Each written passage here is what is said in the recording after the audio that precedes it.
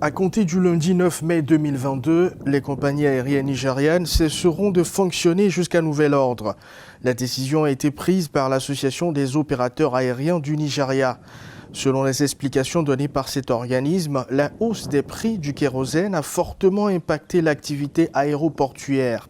Les vols intérieurs ont même été interrompus depuis mars 2022, certains ayant commencé à annuler les horaires internes, tandis que d'autres ont retardé les opérations, invoquant la pénurie de carburant. Si cette annonce signée des 8 principales compagnies nigérianes qui représentent plus de 95% du trafic national entre en vigueur, il est clair que l'impact pour l'économie nigériane sera immédiat, sévère et durable.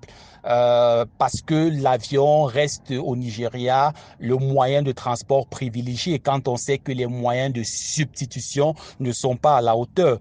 Les prix mondiaux du carburant ont grimpé en flèche en raison de la crise ukrainienne. Ce conflit a déclenché une flambée du marché du pétrole brut, frappant les compagnies aériennes et les passagers avec une forte augmentation des coûts. Le gouvernement nigérien est très bien conscient de cet environnement difficile, asphyxiant dans lequel évoluent les compagnies nigériennes actuellement. Mais j'ose croire, et d'après les informations recoupées à bonne source, des tractations ont déjà commencé tout ce week-end entre la partie gouvernementale, le ministère de l'Aviation civile et les compagnies aériennes pour que la mesure n'entre pas en vigueur lundi, sinon ça sera catastrophique pour l'économie.